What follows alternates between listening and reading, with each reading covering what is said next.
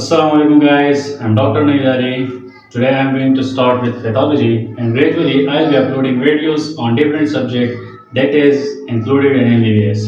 So our first topic is aneurysm जो कि vascular pathology का एक टॉपिक है। ठीक है, तो एनेरिज्म जो है ना, सबसे पहले हमें ये जानना चाहिए कि एनेरिज्म है क्या। ठीक है, aneurysm is an abnormal localized irreversible dilatation of any part of cardiovascular system। Cardiovascular system के किसी भी हिस्से में अगर एबनॉर्मल डायलिटेशन हो जो कि इरिवर्सिबल हो तो उसे हम क्या कहते हैं, एनेरिज्म। ठीक है, अब एनेरिज्म जो है ना, ये हमारे पास आर्टरीज में भी हो सकता है और वेंट्रिकल्स में भी हो सकता है, कार्डियोवास्कुलर सिस्टम के किसी भी हिस्से में।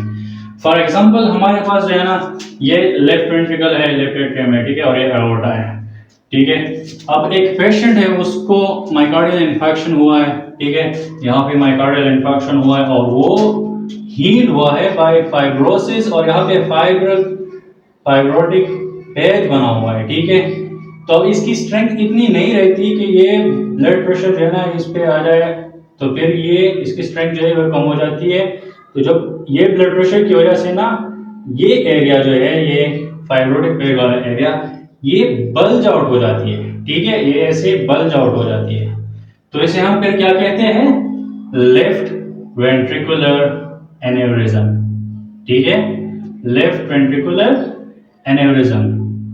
अब अगर ये जो है ना, ये एंटिमा मीडिया है, एडवेंटिशिया, ये वीक हो जाए और यहाँ पे ये बल्ज आउट हो जाए, तो इसे हम फिर क्या कहते हैं, एओर्टिक एनेरिज्म। ठीक है, अब हम आते हैं टाइप्स पे।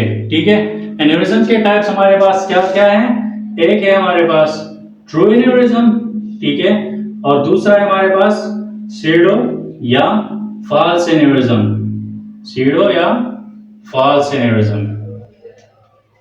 ठीक है, तो अब हम ट्रू एनेरिज्म किसे कहते हैं, जब वेसल के ना सारे वाल, तीनों वाल जो है ना, मीडिया, एडेंटिशिया और एंटिमा, ठीक है, एडेंटिशिया, मीडिया और एंटिमा, ये तीनों वॉल जो है ना, ये इसमें इन्वॉल्व होंगे। ठीक है, जो ब्लड सर्कुलेशन होगा ना, ये इसके अंदर ही होगा, वेसल के अंदर ही होगा, कार्डियोवास्कुलर सिस्टम में ही होगा।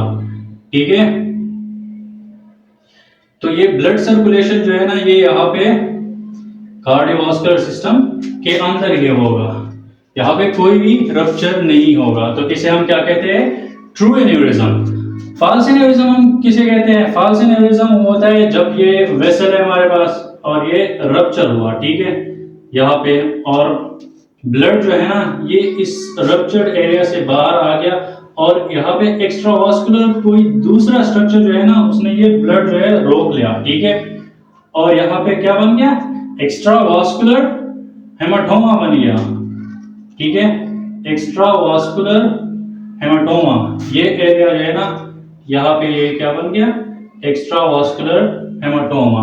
तो इसे फिर हम क्या कहते हैं कि ये फॉल्स या सीडो एनेरिज्म है, क्योंकि ये ब्लड सर्कुलेशन जो है ना, ये blood circulation with in vascular cardiovascular system नहीं है, क्योंकि ये यहाँ पे रप्चर हुआ है और ये वेसल से बाहर गया हुआ है। ठीक है, तो इसे फिर हम सीडो या फॉल्स एनेरिज्म कहते हैं। इसका एक और एग्जांपल हम लेते हैं, जैसे कि ये यहाँ पे माइकार्डियल इन्फेक्शन हुआ है और यहाँ पे ये जो है ना, ये वीक हुआ है और यहाँ पे ये रप्चर हुआ, तो जो ब्लड है ना, वो यहाँ से बाहर निकल गया और बाहर ये यहाँ पे हार्ट के बाहर कौन सा है, पेरिकार्डियम है। ठीक है, तो ये ब्लड जो है ना, ये यहाँ पे क्या हो गया, ये इसने ये यहाँ पे जम गया। ठीक है, और यहाँ पे ये क्या बन गया, एक्स्ट्रा वास्कुलर जो है कार्डियोवास्कुलर हेमाटोमा बन गया, तो इसे फिर हम क्या कहते हैं, फॉल्स या सीडो एनेरिज्म। अब हम आते हैं इसके कॉजेस पे। कॉजेस से पहले हम क्या पढ़ेंगे, लेप्लेस लॉ। ठीक है, लेप्लेस लॉ, लेप्लेस लॉ में क्या कहा गया है, लेप्लेस लॉ में हमें ये कहा गया है कि टेंशन जो है ना, वो डायरेक्टली प्रोपोर्शनल होगा रेडियस ऑफ द स्फीयर और प्रेशर ऑफ द स्फीयर, कि जो टेंशन है ना, वो डायरेक्टली प्रोपोर्शनल होगा pressure of the sphere. Tension of the sphere is directly proportional to tension of the pressure of the sphere और radius of the sphere. ठीक है, ये लेबलेस लॉ में कहा गया है। अब ये हमारे पास वेसल है, नॉर्मल वेसल में तो जो ये रेडियस है, ठीक है, तो जितने रेडियस उतना प्रेशर आएगा, और नॉर्मल ये टेंशन भी ये आगे ये स्फीयर में ये टेंशन, ठीक है। अब अगर वेसल जो है ना ये एनेवरिज्मल हो, ठीक है, तो अब ये एरिया जो है ना ये एनेवरिज्मल एरिया, यहाँ पे रेडियस बढ़ गया, तो यहाँ पे जाहिर सी बात है जो ब्लड प्रेशर है ना यहाँ पे प्रेशर ज्यादा चाहिए होगा, ठीक है। और जब ये ब्लड प्रेशर ज्यादा होगा तो ये टेंशन भी यहाँ पे ज्यादा होगी, ठीक है, क्योंकि ये डायरेक्टली प्रोपोर्शनल है, प्रेशर और रेडियस जो है वो डायरेक्टली प्रोपोर्शनल है टेंशन को। तो ये हमारे पास क्या हो जाएगा, जब ये टाइम होता है तो फिर ये प्रेशर बढ़ता रहता है, तो ये वॉल जो है ना ये रेडियस ये और भी बढ़ती रहती है, ठीक है, तो टाइम के साथ ये और बढ़ता रहता है। तो इसे हम फिर क्या कहते हैं, ये जो है हमारे पास लेबलेस लॉ हो गई, ठीक है। फिर हम आते हैं कॉजेस पे, ठीक है, कॉजेस ऑफ एनेवरिज्म, ठीक है। सबसे पहले कॉज हमारे पास क्या है, एथेरोस्क्लेरोसिस। एथेरोस्क्लेरोसिस जो है वो बेसिकली एंटिमल डिजीज है, ठीक है। फर्स्ट हमारे पास क्या आता है, atherosclerosis. Atherosclerosis, atherosclerosis basically intimal disease है, डिजीज ऑफ एंटिमा है, जो कि फाइब्रोफैटी प्लेग बन जाते हैं एंटिमल लेयर पे, ठीक है, वेसल्स के एंटिमा पे, इसे एंटिमा पे, ठीक है। ये हमारे पास मान लो ये एंटिमा मीडिया और एडेंटिशिया, इस एंटिमा पे ना प्लेग बन जाते हैं, और विद टाइम जो है ना ये प्लेग जो है ना ये बढ़ जाते हैं, ठीक है, बड़े हो जाते हैं, और ये इस मीडियल वॉल को जो है ना इसमें सेकेंडरी चेंजेस पैदा कर देते हैं। ये सेकेंडरी चेंजेस जो है ना इसकी वजह से क्या हो जाता है, ये एंटिमा मीडिया और एडेंटिशिया जो है वीक हो जाती है और बल्ज आउट हो जाती है। तो इससे हम फिर क्या कहते हैं कि ये फर्स्ट कॉज है एनेवरिज्म का, एथेरोस्क्लेरोसिस। और बेसिकली एथेरोस्क्लेरोसिस जो है ना ये मोस्ट कॉमन कॉज है एब्डोमिनल एओर्टिक एनेवरिज्म का, ठीक है। दूसरा हमारे पास क्या है, दूसरा हमारे पास है सिस्टिक मीडियल डीजेनरेशन, ठीक है। अब ये क्या है, सिस्टिक मीडियल डीजेनरेशन, नॉर्मली जो है ना कनेक्टिव टिश्यूज और इलास्टिक जो टिश्यूज है ना उनका टर्नओवर होता है, और जो ओल्डर इलास्टिक टिश्यूज और कनेक्टिव टिश्यूज है ना वो डीजेनरेट होते हैं, और न्यूअर और हेल्दियर जो कनेक्टिव टिश्यूज है वो बनते हैं, ठीक है। अब हमारे पास क्या होता है, अब अगर इस कंडीशन में जो है ना मीडियल डीजेनरेशन में ये क्या होता है, जो कनेक्टिव टिश्यूज है और इलास्टिन है, ठीक है, इलास्टिक टिश्यूज, वो इसकी डिजेनरेशन फास्टर होती है than deposition of connective tissues और इलास्टिक टिश्यूज की, ठीक है। तो इसकी वजह से क्या जो होता है, जो एओर्टिक मीडिया है ना वो वीक हो जाती है, ठीक है। और एक और बात, जो ये डिजेनरेशन होती है ना ज्यादा, तो इसकी वजह से जो ये मीडिया है ना इस पे सिस्ट बन जाते हैं, जो कि एमार्बस टिश्यूज से बने होते हैं, ठीक है। ये सिस्ट जो है ना एमार्बस टिश्यूज से बने होते हैं, तो इसे फिर हम क्या, इसकी वजह से हमें इसे कहते हैं कि ये क्या है, सिस्टिक मीडियल डीजेनरेशन, ठीक है। थर्ड कॉज हमारे पास क्या है, थर्ड कॉज जो है ये हमारे पास है ट्रॉमा। अगर किसी वेसल को जो है ना अगर कोई ट्रॉमा हो जाए और वो वेसल जो है ना वो वीक हो जाए, ठीक है, और उसकी वजह से ये बल्ज आउट हो जाए, तो इसे हम क्या कहते हैं, एक कॉज ये भी हो सकता है, ट्रॉमा भी हो सकती है, क्योंकि ये ट्रॉमा की वजह से भी ये वेसल जो है ना बल्ज आउट हो जाते हैं और एनेवरिज्म कॉज कर देती है। अब फोर्थ कॉज हमारे पास क्या है, फोर्थ कॉज माइकोटिक इन्फेक्शन या माइकोटिक एनेवरिज्म जो है। माइकोटिक एनेवरिज्म कौन सा एनेवरिज्म है, माइकोटिक एनेवरिज्म, अब ये एनेवरिज्म है, ठीक है, यहाँ पे क्या आ गए, माइक्रोब्स आ गए, ठीक है, ब्लड सर्कुलेशन में आ गए, और ये यहाँ पे इस एनेवरेटिक एरिया में ना यहाँ पे आ गए, ठीक है, और ये इस एरिया में क्या हो गए, प्रोलिफरेट हो गए, ये एंटीमल एनेवरिज्मल वॉल पे, ठीक है, और यहाँ पे इसने क्या कर दिया, इन्फेक्शन कॉज कर दिया। ठीक है, तो इसे फिर हम क्या कहते हैं कि ये जो है ना इन्फेक्शन की वजह से जो एनेउरिज्म होता है ना, तो इसे फिर हम कहते हैं ये माइकोटिक एनेउरिज्म। फिफ्थ कॉज हमारे पास क्या है, वास्कुलाइटिस। वास्कुलाइटिस की डिफिनीशन अगर हम करें तो ये है इन्फ्लेमेशन ऑफ द वेसल। अब ये हमारे पास क्या है, वेसल है। ठीक है, यहाँ पे जो वॉल है ना, मीडियल वॉल और मीडिया, यहाँ पे बहुत सारे एंटीबॉडीज और एंटीजन, इस इनके वॉल पे बहुत सारे एंटीबॉडीज और एंटीजन आ जाते हैं। ठीक है, जो कि कॉम्प्लीमेंट सिस्टम को एक्टिवेट कर देते हैं।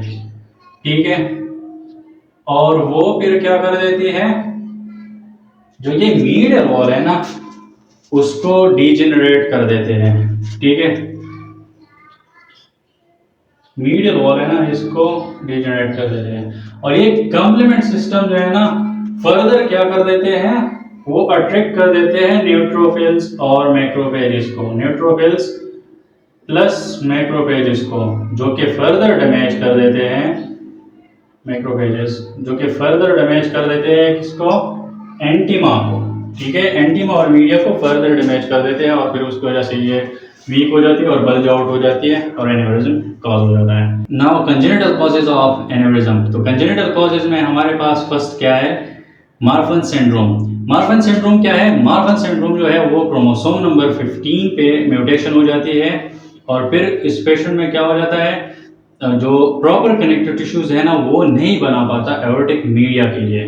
ठीक है, और उसकी वजह से एओर्टिक मीडिया जो है वो वीक हो जाती है, और फिर वो प्रेशर जो है वो बल्ज आउट हो जाती है। ठीक है, ये मार्फन सिंड्रोम हो गया। अब जो दूसरा है ना कंजेनिटल कॉजेज में, वो क्या है, बेरी एन्यूरिज्म। बेरी एन्यूरिज्म जो है ना वो एन्यूरिज्म है कौन सी जगह का, सर्कल ऑफ वेलेस का, जो कि सब एरिकनाइड स्पेस में मौजूद होता है at the base of the brain. ठीक है, तो दूसरा हमारे पास बेरी एन्यूरिज्म।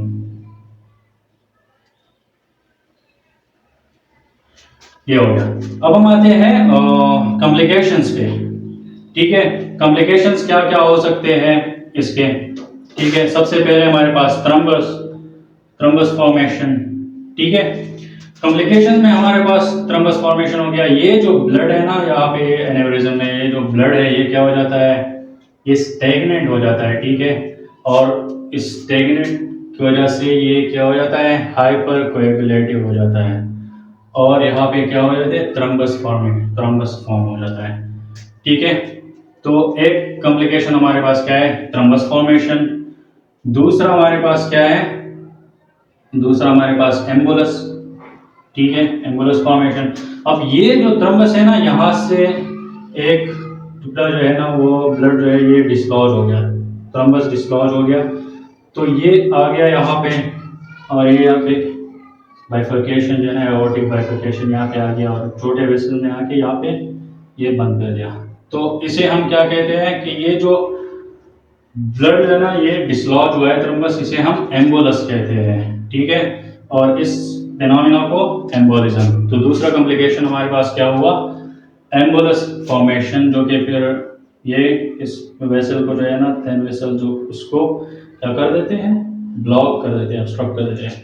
ठीक है, तीसरा हमारे पास कॉम्प्लिकेशन क्या है, तीसरा कॉम्प्लिकेशन है हमारे पास इन्फेक्शन। ठीक है, अब माइक्रोब आ गए, ठीक है, ब्लड सर्कुलेशन में, और वो इस थ्रम्बस के पीछे मतलब यहाँ पे आ गए एन्यूरिज्मल वॉल पे। ठीक है, और यहाँ पे ये प्रोलिफरेट हो गए और ये वॉल को क्या कर दिया, डैमेज कर दिया बंदा, तो और इन्फेक्शन कॉज कर देते हैं। इसे हम फिर क्या कहते हैं, इन्फेक्शन। और थर्ड कॉम्प्लिकेशन हमारे पास इन्फेक्शन हो गया। ठीक है, प्रोलिफरेशन ऑफ बैक्टीरिया, और इसकी वजह से उन्होंने क्या कर दिया, इन्फेक्शन कॉज कर दिया। फोर्थ हमारे पास क्या है, फोर्थ कॉम्प्लिकेशन हमारे पास है कंप्रेशन ऑफ नाइबरिंग ऑर्गन्स। तो अब अगर ये एन्यूरिज्म जो है ना ये बड़ा हो गया, ठीक है, तो उसकी वजह से ये जो नेबरिंग ऑर्गन्स है ना वो उसको कंप्रेस कर देते हैं। जैसे कि एओर्टिक एन्यूरिज्म जो है ना वो फॉर एग्जाम्पल एसोरेगस को जो है ना वो कंप्रेस कर दिया, तो इसकी वजह से क्या प्रोड्यूस होगा पेशेंट में, डिस्पेजिया प्रोड्यूस होगा। और अगर ये जो है ना जो आर्क ऑफ एओर्टा पे एनेवरिज्म जो है वो क्या कर देते हैं, कंप्रेस कर देते हैं left laryngeal recurrent laryngeal nerve को, तो फिर वो क्या कॉज कर देता है, पेशेंट में हॉर्सनेस ऑफ वॉइस कॉज कर देते हैं, और साथ ही साथ में ये ब्रेसिक कफ जो है ना वो प्रोड्यूस हो जाता है पेशेंट्स में। तो ये कंप्रेशन में आ गए। फिर फिफ्थ कॉम्प्लिकेशन हमारे पास क्या है, फिफ्थ कॉम्प्लिकेशन हमारे पास जो है वो रप्चर है, ठीक है, रप्चर। अब ये जो है ना माइक्रोब्स यहाँ पे आए हैं और उन्होंने मतलब ये वॉल जो है ना वो रप्चर कर दिया, वीक कर दिया, और ये रप्चर हो गया, ठीक है। ये रप्चर अगर बड़ा हो गया, लार्ज एन्यूरिज्म जो है वो रप्चर हुआ, तो फिर पेशेंट जो है ना वो शॉक में चला जाता है, ठीक है। और अगर ये छोटा हुआ मतलब बेरी एन्यूरिज्म जो है वो रप्चर हुआ, तो वो क्या कर देता है फिर सबएरेक्नाइड हेमरेज, जो कि फिर वो कैटास्ट्रोफिक कॉजेज जो है ना, कैटास्ट्रोफिक कॉम्प्लिकेशन वो पेशेंट में कॉज कर देते हैं। Now morphological classification of aneurysm. तो मॉर्फोलॉजिकल क्लासिफिकेशन में हमारे पास कौन कौन से आते हैं, सबसे पहले हमारे पास क्या है, सेकुलर, ठीक है, जो कि एक साइड पे होता है, उसे हम क्या कहते हैं, जैसे एक साइड पे बल्ज आउट हो जाए तो उसे हम सेकुलर एन्यूरिज्म कहते हैं। दूसरा हमारे पास क्या है, फ्यूजिफॉर्म, जो कि ऐसे शेप में होता है, ठीक है, दोनों साइड से ऐसे शेप में होता है, तो इसे हम फ्यूजिफॉर्म कहते हैं, ठीक है, ये सेकुलर है। और जो तीसरा है वो हमारे पास क्या है, सिलेंड्रिकल, ठीक है, जो दोनों साइड पे ऐसे सिलेंडर शेप में हो, ऐसे, तो उसे हम क्या कहते हैं, सिलेंड्रिकल एन्यूरिज्म। और फोर्थ जो है ना, फोर्थ हमारे पास क्रिकॉइड है, ठीक है। फोर्थ फोर्थ जो मॉर्फोलॉजिकल स्ट्रक्चर है ना है वो है क्रिकॉइड, जो कि कॉम्प्लेक्स स्ट्रक्चर है, वो कुछ ऐसे ही बना होता है, तो इसे हम क्या कहते हैं, क्रिकॉइड, क्रिकॉइड एन्यूरिज्म। तो ये हमारे पास ये चार मॉर्फोलॉजिकल टाइप्स है एन्यूरिज्म के से। That's all for today. If you have any question related to this topic, please don't hesitate to ask. Stay tuned for the next video. Thank you so much. Ma dime qué vamos a hacer, yo a ti te quiero comer.